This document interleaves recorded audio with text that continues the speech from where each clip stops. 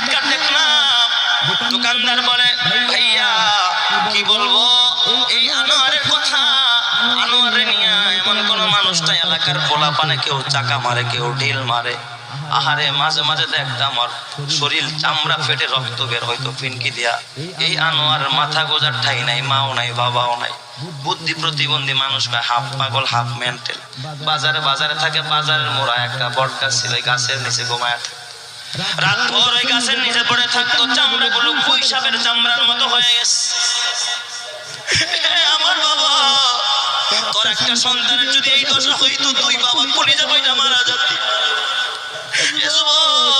কেন শুকরিয়া আদায় করিস না? আল্লাহ তাআলা বলেন, সুম্মা লা তুসআলুন্না ইয়াওমাইযিন আনিন নাঈম। কিয়ামতের ময়দানে আমি তোর প্রতিটা